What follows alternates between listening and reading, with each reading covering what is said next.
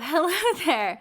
Welcome back to another episode of I Love This, You Should Too, a podcast with me, Samantha Randawa, and him, Indy Randawa. And no, he did not get a new co-host. He got a wife. Yay! Yay, we're married. This is our first post-wedding episode. Yeah. How's it feel? Similar. Yeah, when we've been living together for as many years as we have. It was great, but it doesn't feel like our lives changed as much. We got a bunch of new stuff. We got new stuff, and our families got to hang out, which was fun. And now our families are best friends. Yeah. And you changed your name. And I changed my last name, yeah. I didn't expect that, actually. Really? Yeah. We never really talked about it, and then one day you just said, like, oh yeah, when I'm Samantha Randawa. And then, yeah. Surprise. yeah. It does sound good. It sounds really good. You sound better as a Randawa than I do. Samantha Randawa. That sounds good. No, Indy Randawa is good too. Yeah, it's pretty good, but you would be like a realtor I would go to. Maybe I'd vote for Samantha Randawa. Ooh, yeah. Maybe this will help my political career. Yeah, or your realtor career. Maybe Should that's you my start next one? career. And, oh yeah, we said this is I Love This, You Should Too, a member of the Alberta Podcast Network, which is locally grown and community supported. And usually we just kind of chit-chat for about 3 minutes off the top, but today's kind of special. Yeah. How's the wedding? Wedding was fantastic. I was there, but how was it for you? Yeah. It was so good. And it was so much fun because, like, we both have, like, very outgoing families, and we both get along with each other's family really well. And it's no surprise to anybody that they are now all best friends. Yeah, right? That was my favorite. My favorite thing was taking like a minute and kind of stepping back and looking around the room and seeing people who had just met having these like lively animated conversations and being like, oh my God, they're best friends now. Yeah, we're all best friends. Yeah. Everyone who was at that wedding. Exactly. Best friends. Best friends. Whichever day. It was like a 3-day wedding. It was, yeah, we had quite the marathon of a wedding, and it was great. It was fantastic, and we finished out our weekend at a fancy hotel in robes, sitting by a pool. Yeah, we started it in a garage with broken heaters, and we finished it in a spa. In a spa.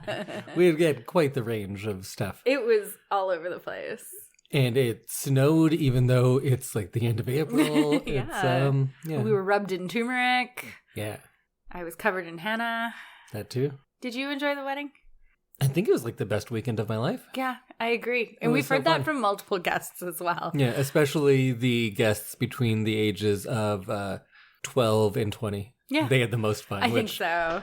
Makes sense because the things we like to do, teenagers often like to do as well. And I think for both of our families, this is the first big wedding in the family in a very long time. First big thing that so many people have done, because I know a lot of my family just doesn't leave the house since COVID started, and yeah, I dig it. That makes sense. And, I think maybe the bar got way lowered because nobody's done anything. Right. And so then we had this fabulous wedding that would have been fabulous even if it wasn't COVID. Mm-hmm. But I think it just really like amplified it in everyone's minds. True. So what are we doing here today, Andy? Oh, yeah. So first off, I should apologize. Last episode, if you downloaded it the day it came out and you listened to it and you're like, hey, this is not the right episode.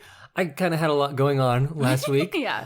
I did finish editing the episode on time, but I was posting them not too long before it came out, and I got mixed up, so that's all fixed. So if you didn't listen to the Step Up 3D episode because it was the wrong episode, it's fixed now. Yeah. It was fixed after like 48 hours, but it took me a while to realize that. Maybe re-download it. Yeah. Give it another try. So check that out.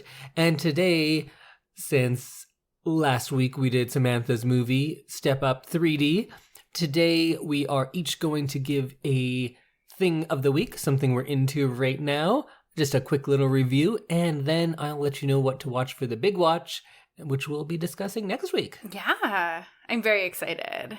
A little break from Step Up, even though I know everyone's really into it. I know I am. So today's episode is brought to you by Park Power, your friendly local utilities provider in Alberta, offering internet, electricity, and natural gas with low rates, awesome service, and profit sharing with local charities.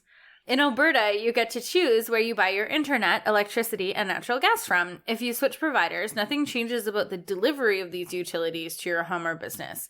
If you have an existing contract, you're going to want to find out the terms before leaving. If you don't, then it's even easier to sign up for Park Power. As you, the consumer, have the choice of who you pay your bills to, why not choose your friendly local utilities provider? You can learn more at parkpower.ca. That's parkpower.ca. Well, Indy, it's time to hear what you've been really into this wedding week. Well, this wedding week, I've been into not sleeping, but having a lot of fun and dancing a lot. Scream dancing. Yeah, that was only one day. Lots of punching and pointing. That was only 2 songs on one day. True. The rest of the time, not that kind of dancing. But I'm going to go for something that I've been into for the last, probably about 6 months or so. Okay. My thing of the week is astronomy. Oh, okay. And I'm not really going to talk about astronomy a whole bunch, but I'm going to say my thing of the week is being a casual fan of things that you don't need to be an expert to enjoy. Nice. And enjoying things that don't involve people. Because that's how I got into astronomy, maybe. It's funny, why can't people be casual fans of astrophysics or astronomy? Because it's very daunting and terrifying? Yeah, I think so, but... you can be a casual sports fan. You're a casual sports fan. Yes, I am a casual sports fan. Sports fans aren't all sports writers. They don't watch every game. But it seems to be that way with astronomers. Because, if you're an astronomer, that's your field of study. Mm-hmm. But it seems like there's not nearly as many casual astronomy fans. I'm space. It's out there. It is. Oh, man. It's out there. I want a t-shirt actually that says space. It's out there. You heard it here. I want to be the level of astronomy educated to sports fans who know what the problems are with the team and have some suggestions to fix it, but they don't know everything. I think that's a good level. And I don't understand why more people aren't casual fans of more daunting things like that. Because currently I'm at the level of astronomy knowledge. Mm-hmm. I have favorite nebulae. Oh. The Pillars of Creation, of course, that photo from the Eagle Nebula. Mm-hmm. Or the Helix Nebula. That's a very good one. Right. The Homunculus. That one's creepy. What about the crab one? The Crab Nebula. That's a good nebula. That's my favorite nebula. Is it? Oh, yeah. You're an astronomy fan. Just casually, though. But you're, if you say, the Crab Nebula is my favorite, you're the level of astronomy fan, someone who's oh yeah, I like hockey. I like the Maple Leafs. So it's maybe it's the most popular team, but you know one team. Yeah, true. That's the level of astronomy fan you are at. Okay. Yeah, no, you're right. I'm a casual astronomy fan. Yeah. So I might be a little bit more into it because, also Messier 43. That's a good nebula. Messier? Yeah. M43. Mark Messier? I don't think he discovered it, but Mark Messier, I thought they were all kind of named after people who discovered them, or named by. I think there are more than one Messier out there, though. Are you sure?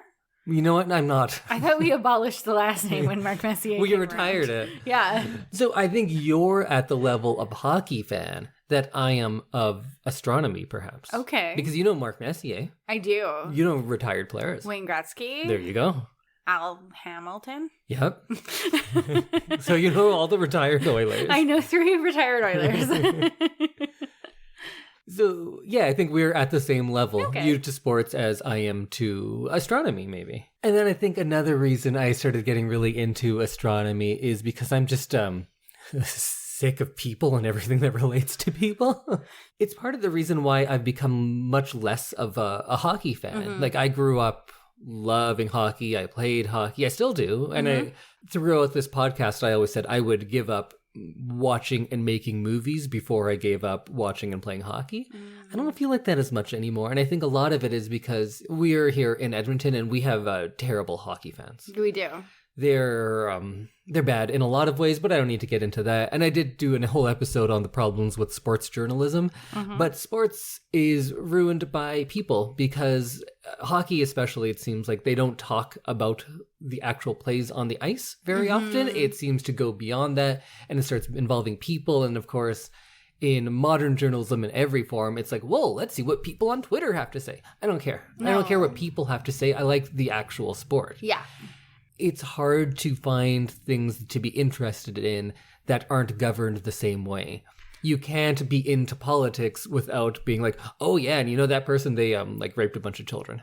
Yeah. Right? There's just like everything is ruined by people. Yes. It also makes it harder to like learn about sports, for instance, because they're not telling you what's happening. Very true. So from someone who just recently learned to play hockey, I realized how low my bar of knowledge was without me realizing it. I thought I knew a lot more about hockey, but now that I've done some of the plays and I've kind of practiced some of the things, I'm a lot more able to kind of see what's happening. And then, you realize that they're not actually telling you anything about the game. No, sports journalism as a whole is very bad.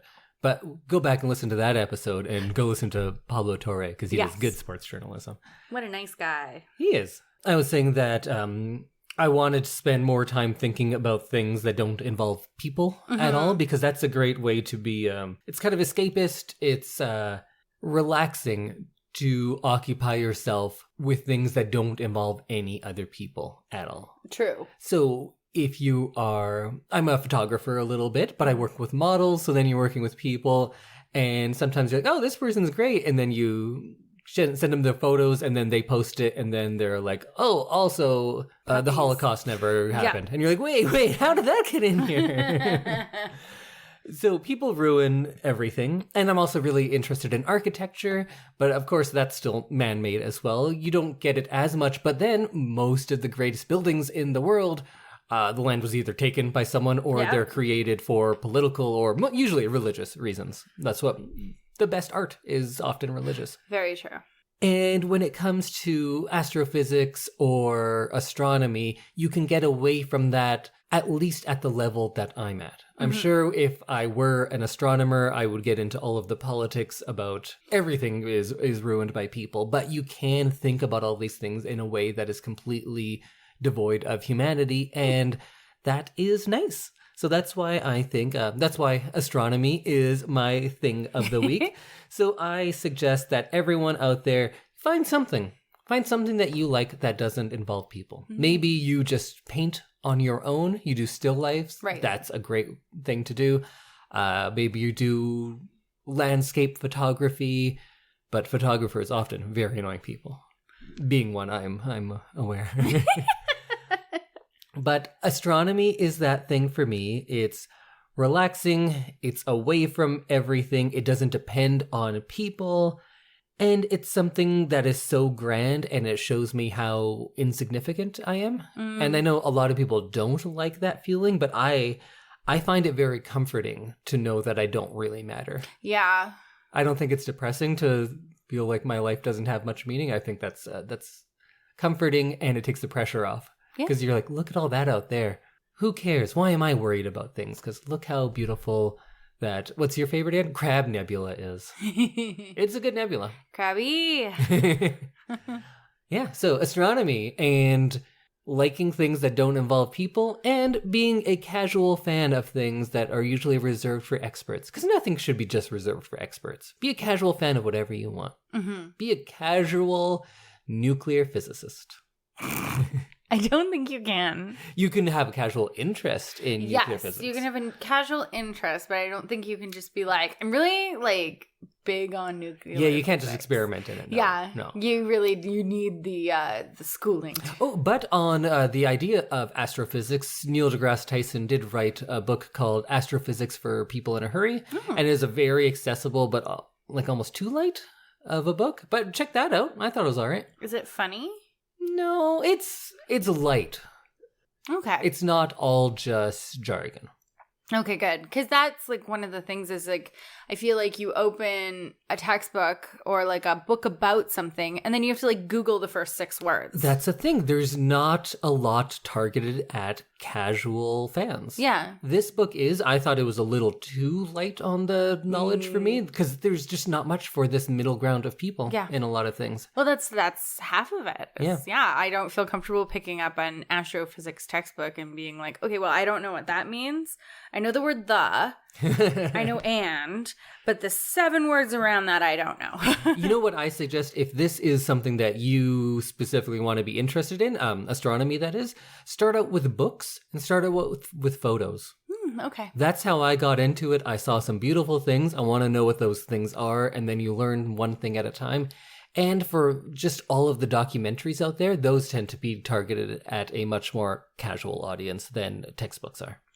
Cool. So go get into astronomy. Go look at the stars. Okay, bye. Space. It's out there, man. Is that what it was? It's space. It's out there. I think you should add man on the end. No, I think that trivializes it. We're serious space people. No, we're casual. Oh, right. Sorry. I totally missed the point. Yeah. We're casual space people. Be a casual fan of whatever you want. That's my thing of the week. Okay. How about you, Samantha? What's your thing of the week? Well, I listened to a very cool book. If you listen to past episodes, you know that I danced quite competitively as a child and quite seriously. And so I read a book called Swan Dive, The Making of a Rogue Ballerina by Georgina Pazcoguin. And she is New York City Ballet's first Asian American female soloist. And so there was a lot of really interesting things in this book, starting with kind of her starting the novel out as kind of a love letter to dance and how it's been part of her life and how it kind of shaped her as a person and all the things she kind of gave up to study this to the point where she could make it a career. And she kind of tells of leaving her really insular family and went out and lived in a dorm or lived with like a host family and didn't have that support of people she was related to or even people who looked like her. So she talks about that, and she talks about like trying to finish high school as like a professional dancer and not even being able to like think about college. And she gets the job that she's always wanted at the New York City Ballet. And then she talks about how hard it is to kind of rise in the ranks, kind of back in the day before Me Too or before more racial issues were being discussed as loudly. Mm-hmm. So it's really, really interesting to hear her talk about how she's doing this thing that was like kind of for like rich white girls and was trying to really like shoehorn her way in. And she talks about swan dives as like a metaphor for like doing hard things and doing scary things and doing things that like not everyone's going to agree with. So she kind of goes through this entire story of her life about some of like the wild and crazy things that have happened to her in ballet. A few weeks ago, you talked about a memoir of a ballerina who was French, but she was adopted and she was of African descent, but I forget from where. Michaela Prince, yeah. Michaela Prince. Do you find a lot of overlap in, because what you were talking about, because both of these people, mm-hmm. for the most part, you know what, I'm also a bit of I'm a quite casual ballet fan. Yes, I've been to a few, I have favorite ballets, uh-huh. but I'm not from that world. I didn't study like you did, or no, of course, none of us are close to their levels. Of course. But it seems like the things that both of them were talking about, is there a lot of overlap there? Because both of them are coming from kind of an outsider perspective of the ballet world. So Georgina kind of had the leg up on Michaela of being born in Pennsylvania and growing up American. And some of the things that she struggled against were racial, but not to the same point that Michaela dealt with. So it's a different kind of racialization where like they were saying like, though, the Asian girls are good enough to be in the corps, but not soloists. Yeah, and that is kind of in all facets of American society. Exactly. There's different types of racism that you have to overcome depending on where you're from. Exactly. And like, I think there's only been a handful of really successful like African-American ballerinas. where you really don't see that. And now it's starting to become more of a thing, but it has taken a long time for both of those to be kind of more prevalent within that community. And again, as a very casual fan, it seems that ballet tends to be about 15 to 20 years behind the movements. It goes gymnastics first, then figure skating, and then ballet for how inclusive those communities are and who they think is allowed to be in it. Because of course. I know more about gymnastics and figure skating, and these same arguments or these same problems we're having 20 years ago there. And of course, they're still there, but ballet seems more insular than those worlds because 100%. It's not just strict sport where, of course, you have to overcome more depending on who you are. But in most sports, not always, if you're good enough, you're going to rise to the top. Yes. While it seems a little harder in ballet because you can just be put down by people who control it. And because you don't look right, you can dance amazingly, but like I was about 1.5 feet too tall. Right. And I had a butt. Basically, it was like my shoulders were too broad. I had a butt. And like, even though I was dancing so seriously for so many years that I didn't develop until after I turned 18 and stopped dancing, it was like I was still never going to be the right size to like actually pursue this professionally, which is exactly what Georgina talks about and how she was able to kind of come ahead of that kind of mentality. And it's also got really interesting in like looks into some like roommates she's had who have like done whatever it takes to be that like ideal body shape or look or whatever. And it's quite a no holds barred look at this community, which like I don't know how she still has a job because it's like really harsh. You'd have to be pretty established already, exactly, in order to say this kind of stuff. This is a very harsh memoir, and I think it's great. Like I think it's so good because there were so many times I was listening to it and I was like, yep, remember that, and so it's really cool to like see someone being able to like speak out about this. And as always, I have to ask, how was your narrator for the audiobook? She reads it. Oh, it is the author herself. It's like an actual memoir. So so it was, I always say that adds such a level of like emotion to it. Definitely. Because a lot of these things are very emotional and they're very personal. And you can really hear that come out when people are talking about it themselves. Yeah. Part of her book is about like the Me Too movement. And I think like in gymnastics, like in figure skating, there's a lot more stories kind of coming to the top now about ballet directors, about managers, and about how there's like a give and take relationship of how to get promoted or how to get the good parts or whatever. And so Georgina was at New York City Ballet while this was happening, and she tells a really amazing kind of account of some of these things that came to light and how they dealt with them. So if you are interested in reading this book, it is at the Edmonton Public Library, of course, as well as I'm sure wherever you get your books from.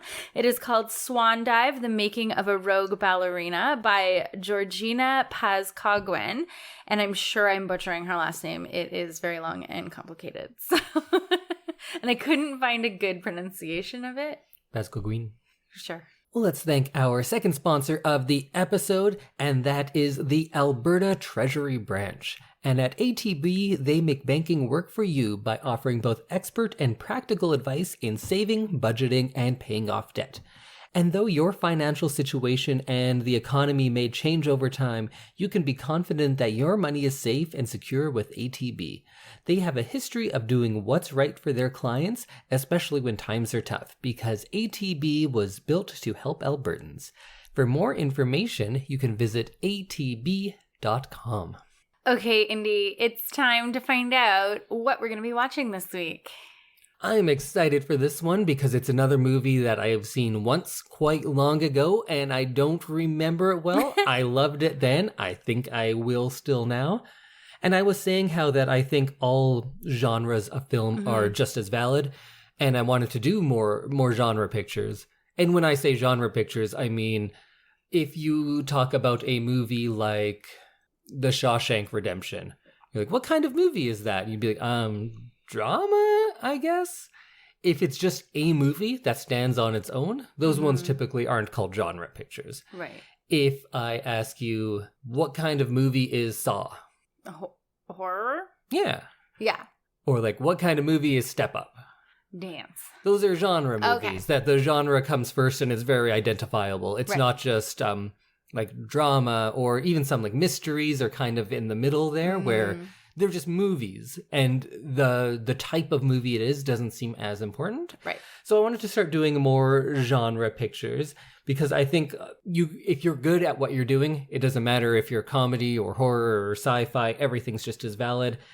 So the movie we are going to do is the 1951 sci-fi classic, The Day the Earth Stood Still. Ooh, I've heard you talk about this one before. I think I may have listened to the soundtrack when you were around, and I don't think you liked it, because it is the one with all the like. Well, we'll get to that. So this is the 1951 version. It was remade in, I want to say 2008. Okay. With Taylor Swift. No, your next pick is probably going to be right though. I don't know. Who's your favorite actor? Keanu Reeves. Keanu Reeves. Really? Yeah, but we're not going to watch that one because I think I recall it being bad. Okay. But we can watch it after, but not for this. Okay. So I think The Day the Earth Stood Still epitomizes what I think of when I think of this generation of sci-fi movies. Because at the time, sci-fi meant, I think, a lot more than it seemingly does today. It has men from space, it has American exceptionalism, it has this amazing score that wouldn't work for any other type of movie, and that's what I think of when I think of 50s sci-fi. Do you have any thoughts of 50s sci-fi? Have you ever seen anything that would be described as that? I don't think so. I think I'm excited to get into it because it seems fun. Yeah, just like when we did Double Indemnity for film noir. You hadn't really seen a film noir of the actual time before. No. But when you watched that, could you see like, oh, I see so many things come from this? Yes. I think I talked about it a little bit when we were talking about the movie in the main episode. I think I could see where other things were kind of inspired by it. Or like paid homage to it in older, like in newer movies. Yeah, even today you can see the influence. Yes. I feel like it might not be as strong with this one, but I think The Day the Earth Stood Still really typifies a time and specifically a genre in American filmmaking. Because this is coming off of World War II, and in the early 50s, a lot of people think of it as like America at its best in a lot of ways. And of course, everyone's like, well, black people still couldn't eat in the same restaurants. Like, true. I'm not going to argue that. No. But when I say America as its best on like the international scene almost, they were seen as heroes more after World War II. Right. This is before Vietnam or Iraq or Afghanistan or anything like that, where I would personally argue their reputation is greatly tarnished. I know people somehow take issue with that, but that's how it seems to me. And in the 50s, sure, if you are a woman or a person of color in America, you don't think it's great. But on the world scene, America had, I would say, a higher standing than it does today. True.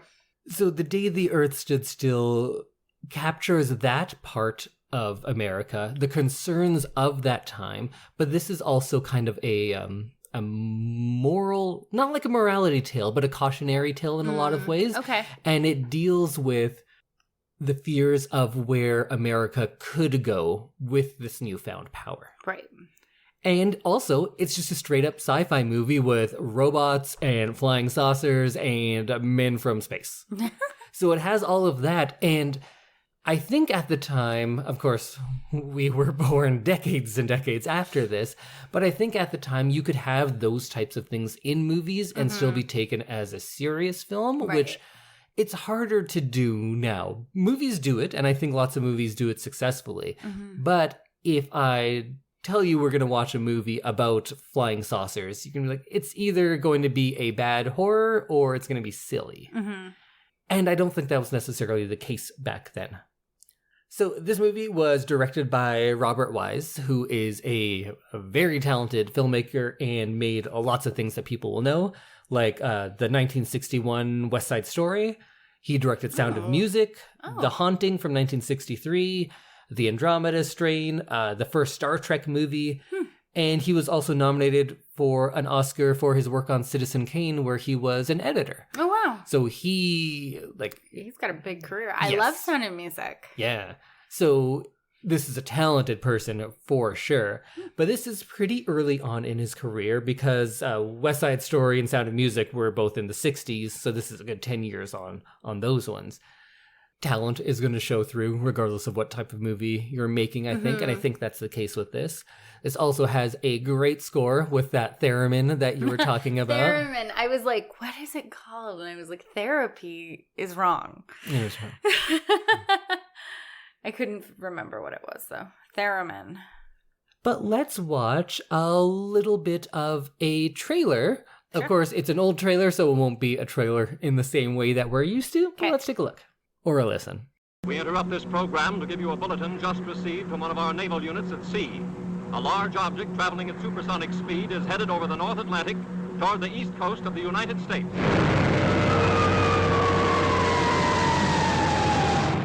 Ladies and gentlemen, this is Drew Pearson. We bring you this special radio television broadcast in order to give you the very latest information on an amazing phenomenon, the arrival of a space ship in Washington. The Army has taken every precaution to meet any emergency which may develop.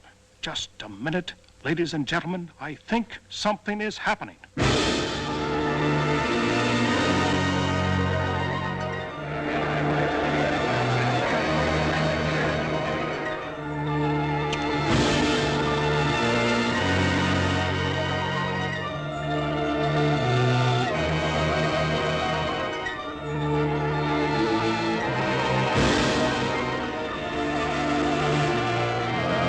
I came here to give you these facts. But if you threaten to extend your violence, this earth of yours will be reduced to a burned-out cinder.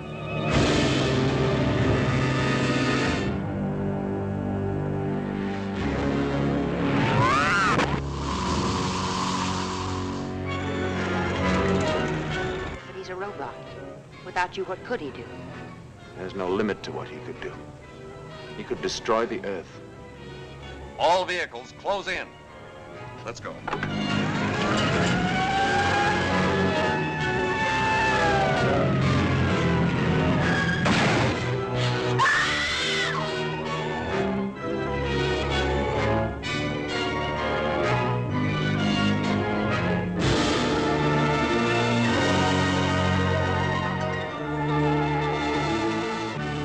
All right, so what do you see? I saw a spaceship, like your classic movie spaceship. Yeah. And that's where it comes from this time. Yeah. I saw a like classic news announcer doing that voice, that like news announcer. Transatlantic accent. Yeah. And it's gonna be a real buffo scoop. Yeah, see? exactly. Yeah. There's like that old timey news voice that is totally used in this movie. And then an alien who looks oddly like a human. Yeah. I wish they didn't show that, actually. That kind of gives away something because, you know, that only happens later in the movie. Yes. And a big robot. Yeah. And some of the text was like, they came from 250 million miles away. Yeah. With powers unseen on this planet. And it's, how does it feel? What kind of movie does this feel like? Sensationalist. Yeah. And like campy. Yeah, and I think the idea of camp kind of came from, or that this is campy, comes from later on. But yeah. I wonder how it was perceived at the time. If it was like just straight up serious, or it was seen as kind of silly. But maybe I'll have to read some articles that were written then. Get your microfiche out. Yeah. I joke, but you like have access to microfiche. I do. Well, I say go check this movie out. It's fun, if nothing else. I think we're going to be able to take out a lot more than what's on the surface of this movie from it. I remember watching it probably when I was 18 or 19 and thinking it was pretty great, but I haven't really seen it since. Okay. So we're going to pull out my DVD from the shelf and watch The Day the Earth Stood Still from 1951. Woo-woo. And if you're going, how do I get a copy? Of course, I always say the library. Yeah. But this movie has gone public domain, so you can watch it on the Internet Archive. And I will put a link in the show notes, and you can watch the entire movie for free. Nice. So, and I think it's available on a lot of other streaming services too. Oh, amazing. Okay, well, that'll be exciting. There is a really nice restored Blu-ray as well, of course, and we'll take a look at that one. But you know what? Even the Internet Archive one looks pretty good. Okay, cool. So check out The Day the Earth Stood Still from 1951. Watch it for free. Buy a Blu-ray, do whatever, and meet us back here next week when we talk some 50s sci-fi and theremins. Ooh. That's Just what like it's that? That's what it's like. It's going to be just like that. I'm very excited. Okay, goodbye, everyone. Bye.